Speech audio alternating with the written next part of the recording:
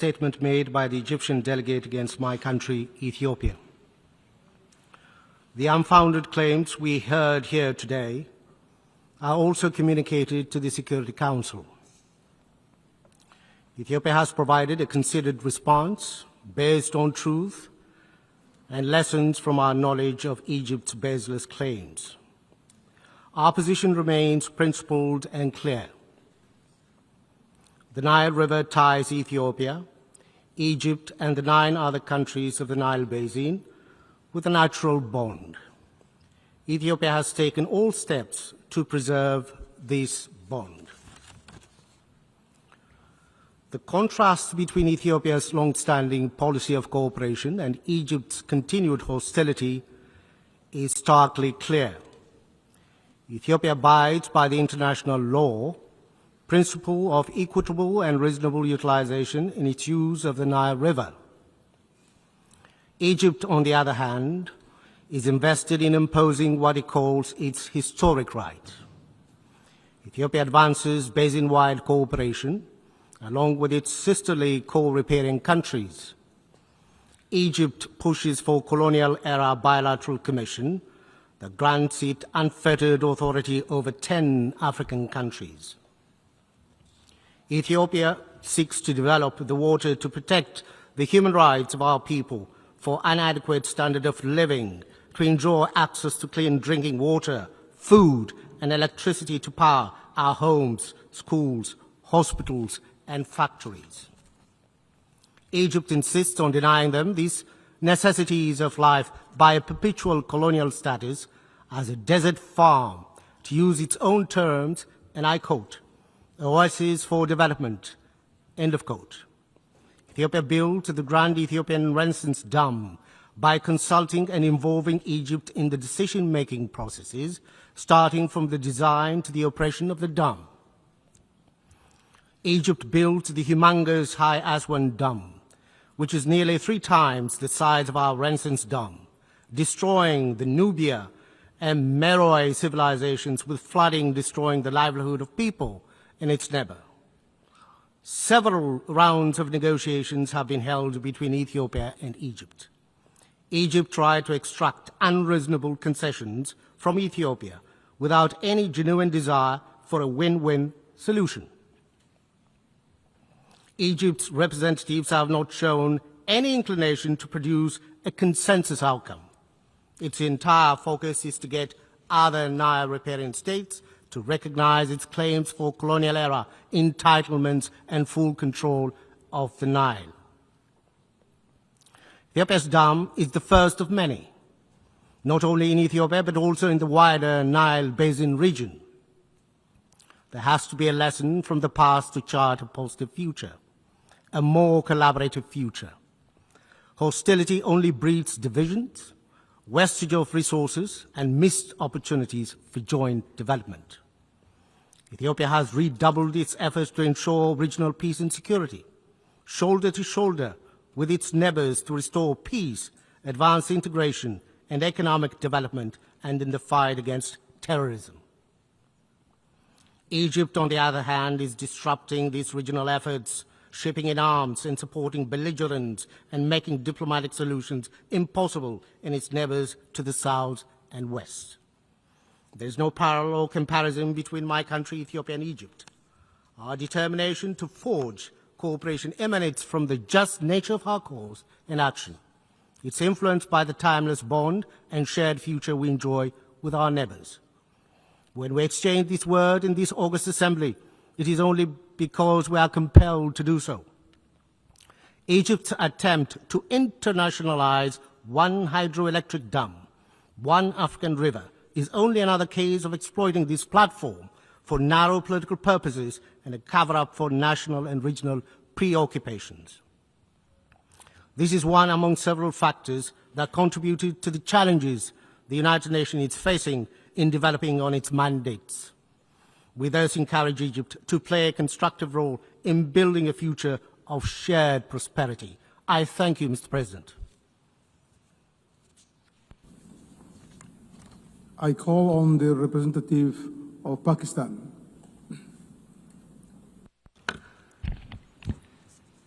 Mr. President, today we heard the familiar rhetoric from one member state. What was said was predictable. An attempt to malign Pakistan, relying on rhetoric and disinformation, yet as always, completely devoid of facts. So let me state those facts clearly. Mr. President, Pakistan has sacrificed over 90,000 lives in fighting terrorism. Its sacrifices are recognized globally. We are one of the strongest pillars in leading global efforts for combating terrorism, as also highlighted by my Prime Minister at this forum.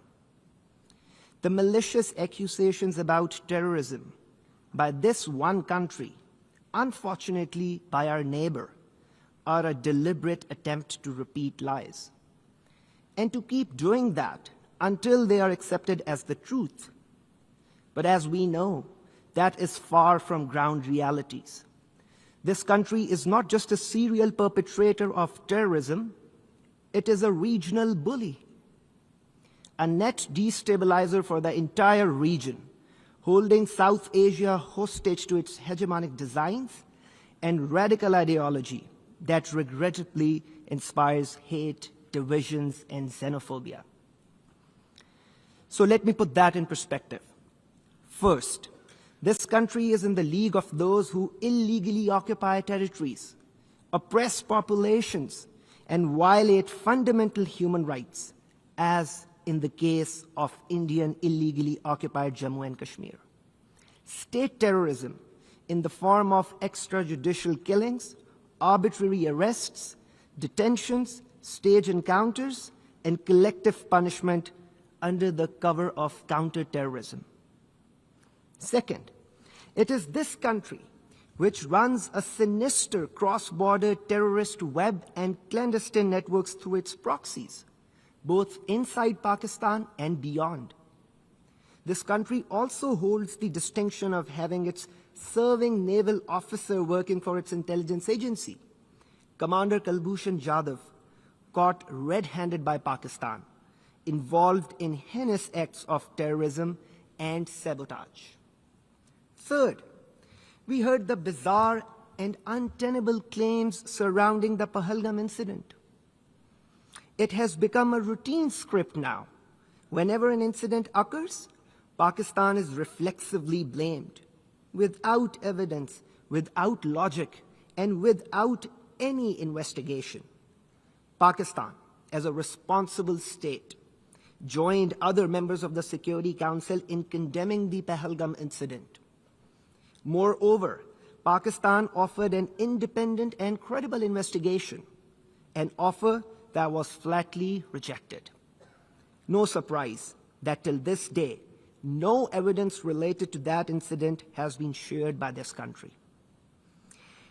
And then using that incident as a pretext and in gross violation of international law, blatant aggression was mounted against Pakistan between 7 and 10th May, which resulted in the loss of 54 innocent lives, 15 of them children, 13 women. To this, my country delivered a befitting, yet carefully calibrated response, exercising our right to self-defense under Article 51 of the UN Charter. This multi-domain response was directed solely at military targets and resulted in downing of multiple aircrafts, along with other significant military setbacks for the aggressor. Mr. President, this country's behavior sets a dangerous precedent for international legal order. It is a template for states that seek to violate international law, undertake extraterritorial assassinations, threaten their neighbors, and commit acts of blatant aggression. Such unlawful and reckless behavior must not be ignored by the international community. Pakistan remains committed to peace. More than 1.9 billion people of South Asia, a quarter of the world's population, deserve prosperity and stability. But these goals cannot be achieved through threats and intimidation. True progress requires sincerity, mutual respect, dialogue, and diplomacy. Principle Pakistan has upheld, and principles which India must finally choose to embrace if it truly seeks peace. I thank you.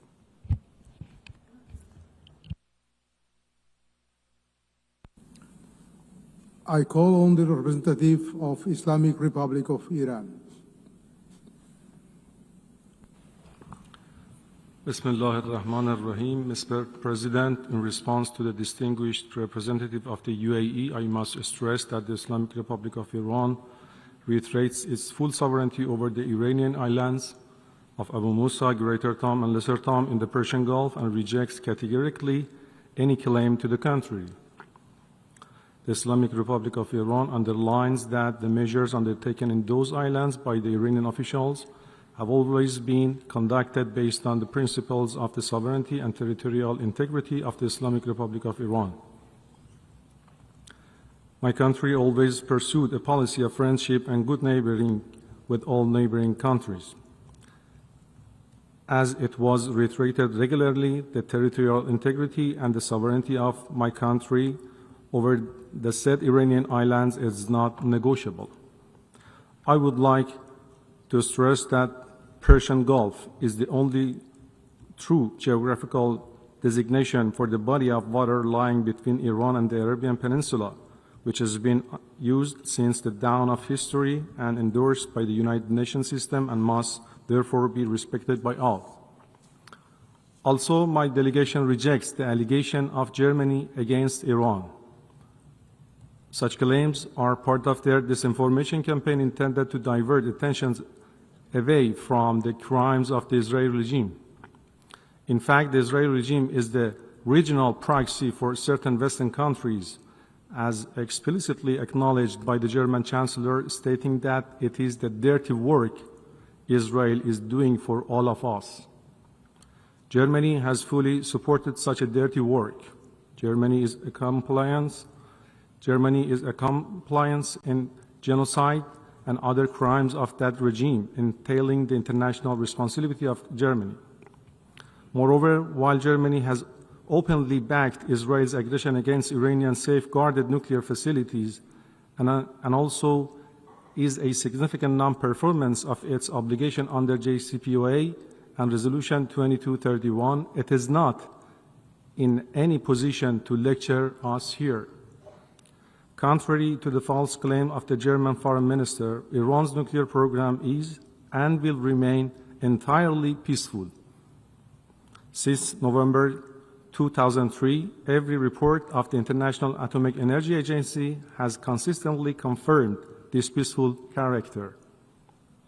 Iran has repeatedly and unequivocally emphasized that nuclear weapons have no place in its defense doctrine.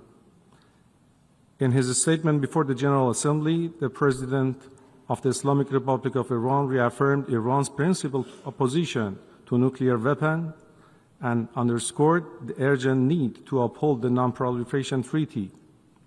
Iran's peaceful nuclear program poses no threat to international peace and security.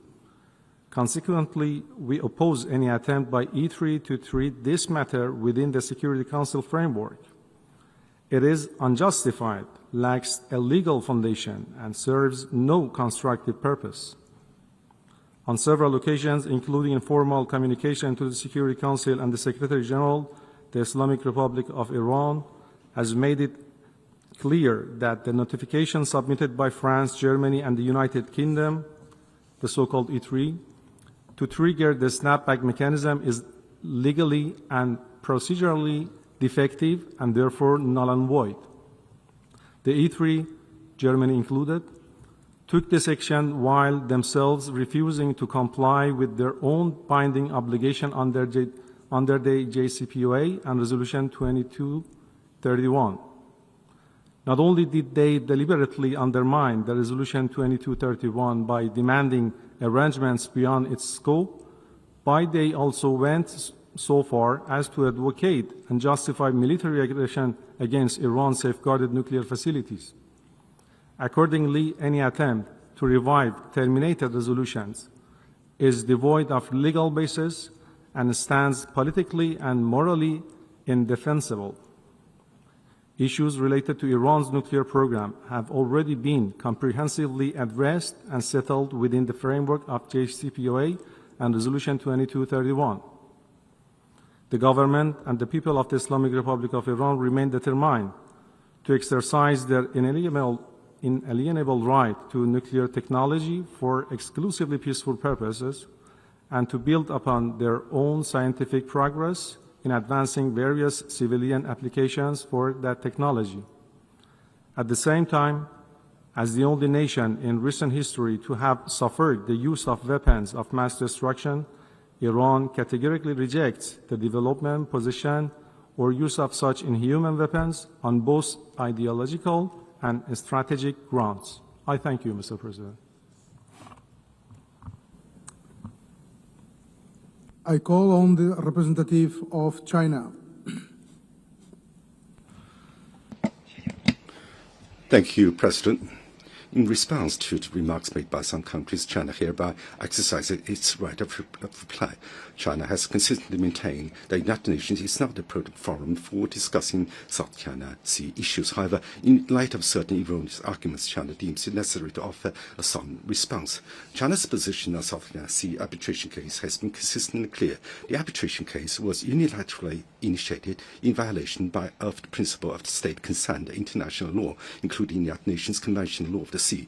The arbitral tribunal in the South China Sea case exercised its jurisdiction ultra vires and rendered an award in disregard of law. Its ruling is illegal and null and void. China neither accepts nor recognizes the ruling, nor does it accept any claims or actions based on it. China's territorial sovereignty and maritime rights and interests in the South China Sea remain unaffected by this ruling under any circumstances. The so-called ruling is an active example of international law and is by no means part of it. China's law enforcement activities in safeguarding its rights in maritime areas under its jurisdiction is beyond reproach. China has consistently advocated for peaceful settlement of disputes and will continue to resolve relevant disputes in the South China Sea through negotiation and consultation with directly concerned countries on the basis of respecting historical facts in accordance with international law. China will continue to work with ASEAN countries to jointly uphold peace and stability in China, South China Sea. Thank you, President. On the representative of Egypt. Thank you, Mr. Chair, for giving Egypt the floor in order to exercise the right of reply against the allegations by the Ethiopian delegation. First of all, our stance regarding the Ethiopian dam is very clear and was stated by our Minister of Foreign Affairs this afternoon in the general debate. The Ethiopian dam represents a unilateral measure devoid of any legal legitimacy, and Egypt stresses that despite all the flimsy efforts to give the Ethiopian dam a false veneer of acceptance and legitimacy, the dam remains a unilateral measure that violates international law and norms and doesn't produce any consequences that would affect the legal system governing the Eastern Nile Basin under international law. Furthermore, the recent Ethiopian actions represent a new violation, adding to a long list of Ethiopian violations of international law, including disregard for the presidential statement issued by the Security Council on September 15, 2021.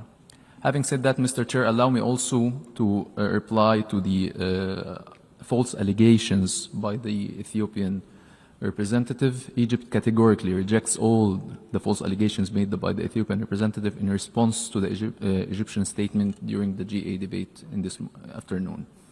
The Ethiopian side must first reflect and look at itself if it wants to identify those who are truly undermining stability, peace, and security on the continent. Ethiopia is the one that signed a memorandum of understanding that threatens the unity and sovereignty of Somalia, a sister African state, by recognizing a secession of its territorial integrity. A state that repeatedly attacks the Sudanese Fashaqa and illicitly exploits its resources. This is Ethiopia, not Egypt. A state whose forces were rooted out of UNISFA peacekeeping mission. This is Ethiopia, not Egypt. A state that waged a war against Eritrea and sieged it for years and still threatens it by a new war to achieve its delusions of access to sea. This is Ethiopia, not Egypt. a state that operates forces in Somalia outside the AU banner. This is Ethiopia, not Egypt. Ethiopia, which violates the established rules of international law and disregards the established African principle of sanctity of borders, believes it can control the Nile waters and deprive the downstream countries, Egypt and Sudan, of their historical right to the river's waters. Ethiopia must stop immersing itself in illusions of power and control and realize that its false accusations are nothing but fabrications and delusions stemming from a troubled internal situation that seeks to export its internal problems and create imaginary enemies for domestic consumption. Stable and civilized Egypt rises above this abhorrent approach. We call on Ethiopia to exercise wisdom, cease threatening its neighbors, and refrain from any measures that destabilize the continent. We call on Ethiopia to return to the African family as a pillar of peace and stability in the region, not as a threat or underminer. I thank you, Mr. Chair. I call on the representative of India. I thank you, Mr. President. It is telling that a neighbor who was not named chose to nevertheless respond and admit their long-standing practice of cross-border terrorism. Pakistan's reputation speaks for itself. Its fingerprints are so visible in terrorism across so many geographies. It's a menace not only to its neighbors, but to the entire world. No arguments or untruths can ever whitewash the crimes of terroristan. I thank you, Mr. President. I call on the representative of United Arab Emirates. شكرا سيد الرئيس. Thank you, President. After listening to the right of reply of the Islamic Republic of Iran, I would like to note the following. The UAE believes that Greater Tomb, Lesser Tomb, and Abu Musab are in the Arabian Gulf, and they belong to the UAE and are occupied by Iran. Therefore, Iran is an occupying force occupying these islands. Any Iranian claims to the contrary will not change reality. It's unacceptable for Iran to claim that this is an internal Iranian issue. The UAE categorically reiterates that these are an integral part of the territory of the UAE. We categorically reject the ongoing Iranian occupation of these three UAE islands. The UAE has always called on Iran to resort to international law and the Charter of the United Nations in order to resolve this dispute through bilateral negotiations or by resorting to the ICJ. The UAE enjoys good relations and positive cooperation with Iran. We look forward to expanding our cooperation and bilateral relations, but the issue of the three UAE islands will remain a bone of contention until we find a peaceful settlement acceptable to both in accordance with international law and principles of good neighborliness. Thank you. I call on the representative of the Philippines. Mr. President, I wish to refer to the statement of China referring to the 2016 Arbitral Award, which is binding to all parties and final. The award was an affirmation of the dispute resolution mechanisms of the 1982 United Nations Convention on the Law of the Sea, or UNCLOS. It authoritatively ruled that the claim of historic rights to resources within the seas falling within the 9-dash line had no basis in law and is without legal effect. It upholds the Philippine sovereign rights and jurisdiction in its exclusive economic zone. It affirms that certain actions within the Philippine exclusive economic zones violated and continue to be violated the sovereign rights of the Philippines and are thus unlawful. That large-scale reclamation and construction of artificial islands causes severe environmental harm in violation of international conventions, and that large-scale harvesting of endangered marine species damages the marine ecosystem. We firmly reject attempts to undermine it. At the same time, we welcome the growing international support for the award. We therefore strongly urge China to respect and implement the 2016 Arbitral Award. Thank you, Mr. President. I now call on the representative of Ethiopia for a second intervention.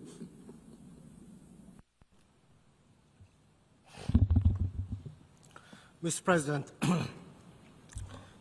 Egypt has once again made additional baseless allegations against my country, most of which are refuted by Ethiopia's previous statements and replies before this August Assembly. The Grand Ethiopian Renaissance Dam is complete, and it was inaugurated on September 9th this year. This is a fact. The dam is generating electricity. It has brought immense satisfaction for Ethiopians, people of the Nile River Basin, Africans across who aspire the continent's development and prosperity, unlike what the Egyptian delegate falsely described in his intervention just now. The dam is also a symbol of resilience and determination in the face of obstacles advanced by Egypt to prevent Ethiopia from getting the financial resources necessary to build the dam. Ethiopians from all walks of life mobilize resources from their own savings to contribute to the $5 billion hydropower project. Ethiopia firmly believes in the peaceful settlement of disputes. Ethiopia initiated talks with downstream countries, provided them with the necessary details about the dam, and gave them updates on the progress in the filling of the dam. It signed the agreement on the Declaration of Principles on the dam project to agree on guidelines and rules on the first filling and annual operation of the dam. Ethiopia's conduct, in fact, reversed the age of unilateralism in the Nile River Basin that has been advanced by Egypt. Our efforts to find a mutually agreeable solution have been stymied by Egypt all the way. Egypt has hardly negotiated in good faith. Reaching an agreement has never been Egypt's objective. If it had been interested in collaborative approach, it would have joined the agreement on the Nile River Basin Cooperative Framework, which came into force on 13th October 2024. Nevertheless, Egypt wants a monopoly. In this century, that's not possible. The days of hegemony and colonial agreement are over. Egypt propaganda must stop its reckless threats. Countries sharing such a precious resource as water are not expected to propagate hostility. If Egypt is interested in genuine cooperation, it will find Ethiopia as a partner. Ethiopia remains hopeful to reinvigorate relations among all riparian countries of the Nile Basin, based on the genuine desire for collaboration in joint development. I thank you, Mr. President. I call on the representative of Pakistan for a second intervention. Mr. President, we had not intended to take the floor again. However, it is utterly shameful that India stoops so low as to distort the very name of a country, a member of the United Nations. Such language reflects neither maturity nor responsibility, but instead it exposes that India is frustrated, and it exposes its pettiness on the world stage. Resorting to mockery of a sovereign nation's name is not just undignified. It is a deliberate attempt to malign and insult an entire people. This is not a local political congregation. By engaging in this kind of rhetoric, India diminishes its own credibility, showing the world that it has basically no substantive argument to offer, only, I'm sorry to say, but cheap slurs which are not worthy of serious discourse. And India itself has been implicated in supporting and sponsoring terrorist activities beyond its borders. There are credible reports pointing to networks which are run by the intelligence agencies to destabilize neighboring countries. And this is unfortunate. The operatives, the intelligence operatives have been accused of financing and directing groups which are engaged in sabotage, in targeted killings across the world. And undermining regional stability and violating international law is a habit for India. Therefore, such actions basically expose the duplicity of its counterterrorism claims, and they actually raise serious concerns about its role in fueling rather than combating terrorism. I thank you. I call on the representative of China for a second intervention. Thank you, President. President, in view of the statement made by the representative of the Philippines, China feels it compelled to respond once again. The disputes between China and the Philippines on the South China Sea are in essence territorial and maritime delimitation disputes. Territorial matters fall outside the scope of UNCLOS. Furthermore, on the issue of maritime delimitation, China has excluded the application of dispute settlement procedures in its 2006 declaration made under UNCLOS. Therefore, the arbitral tribunal has no jurisdiction whatsoever over the subject of arbitration. Regrettably, however, the tribunal not only exercised ultra-vires jurisdiction but also rendered an unjust award. The so-called award disregarded legal principles and facts on issues of the regime of islands, historic rights, and outlying archipelagos of continental states, putting forth erroneous reasoning and conclusions. This seriously undermines the spirit and principles of the Convention and severely impacts the authority and integrity of international law of the sea. China does not accept or recognize the so-called South China Sea arbitration case. Our sole purpose is precisely to uphold the international rule of law in the maritime domain and to maintain a fair and reasonable international maritime order. China carries out peaceful and constructive activities on its own territories. This is a just right of a sovereign country. This is not the so-called artificial island reef.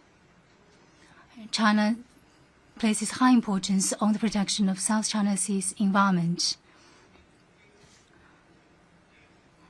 Philippines' illegal military fleet in the island means that Philippines is the biggest destroyer of the South China Sea ecosystem. Philippines has repeatedly accused China. The sole purpose is to hide its fact of reneging on its promise and distorting the facts. We ask our Philippine colleagues to return to the correct path of resolving the South China Sea issue based on dialogue, instead of playing up the South China Sea issue on the multilateral platform. This will not facilitate the settlement of the dispute, but rather this will escalate the tensions and leading to enhanced mistrust. I thank you, President. I call on the representative of Egypt for a second intervention. Thank you, Mr. Chair, once again for giving Egypt the floor. Mr. Chair, we are not willing to dwell more on the continued fallacies posed by the Ethiopian delegation. However, we are going to reiterate our position and stance. We affirm Egypt's firm position of rejecting all unilateral Ethiopian measures on the Nile River and not accepting them or their consequences for the existential interests of the peoples of the downstream countries, Egypt and Sudan. Ethiopia is adopting intransigent positions seeking to impose a fait accompli driven by a political agenda, not development needs, to mobilize the Ethiopian interior against an imaginary enemy under the pretext of false claims about sovereignty over the Nile River, which represents the shared property of its riparian states. Since the unilateral launch of the Ethiopian Dam project and over the past years, Egypt has exercised the utmost restraint and chosen to resort to diplomacy and international organizations, including the United Nations. This is not due to an inability to defend our existential interests, but rather stems from Egypt's firm conviction in the importance of strengthening cooperation and achieving common interests among the peoples of the Nile Basin countries, in accordance with the international law, and in a manner that serves development interests and takes into account the concerns of downstream countries. And hereby, Mr. Chair, we continue to maintain the right to reply to the illegal Ethiopian unilateral measure by all the necessary means enshrined in the international law and the UN Charter. I thank you, Mr. Chair. I call on the representative of the Philippines for a second intervention. Mr. President, with respect to the second intervention made by China, I would like to reiterate that the 2016 arbitral award is final and binding. It is in line with the 1982 UNCLOS. This evening, our Secretary of Foreign Affairs emphasized that to maritime nations such as the Philippines, international law, particularly the 1982 UNCLOS, is fundamental to our future. While our government vessels and fisher folk continue to be harassed in our own waters, and as we remain on the receiving end of illegal, coercive, aggressive, and dangerous actions in the South China Sea, we abide by the UNCLOS as reinforced by the binding 2016 arbitral award on the South China Sea. We are also committed to diplomacy and to the peaceful means of settling international disputes under the Charter of the United Nations as reinforced by the 1982 Manila Declaration. Again, we strongly urge China to respect and implement the 2016 arbitral award on the South China Sea. Thank you, Mr. President.